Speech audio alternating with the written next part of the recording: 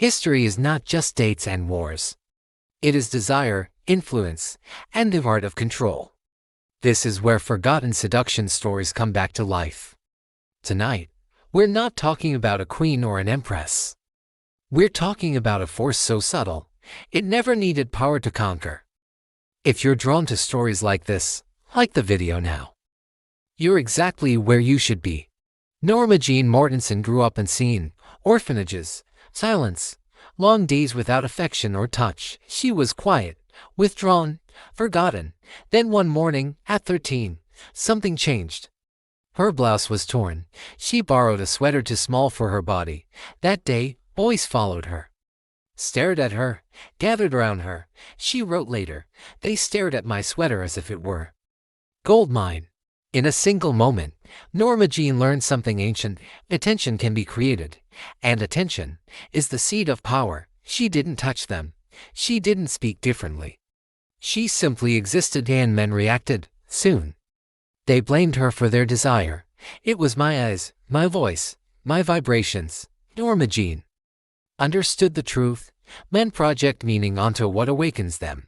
And once that projection begins, logic disappears.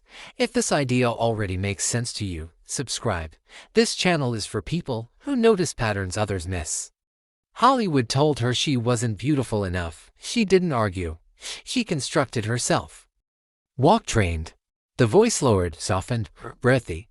The face engineered through light, and patience. What the world called vanity was actually discipline. Marilyn Monroe was not born. She was built. Her walk wasn't natural.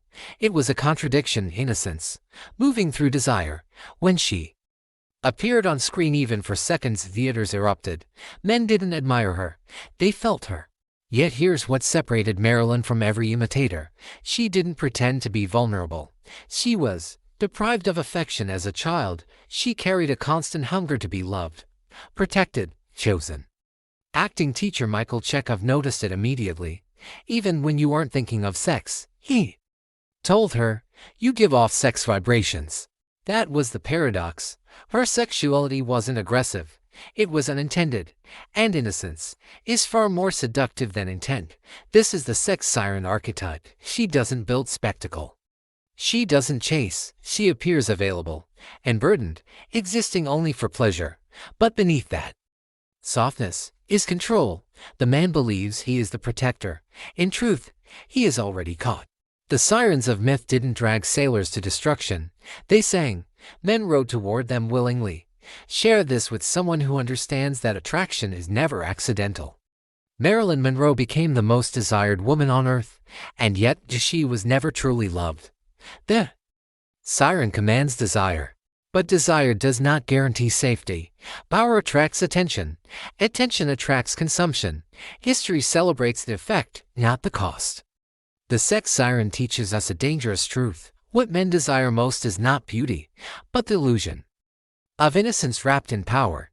If this story changed how you see attraction, influence, or history, like the video, subscribe, because this channel exists for those who study influence, not those who ignore it. History remembers the sirens, not the ones who resisted them.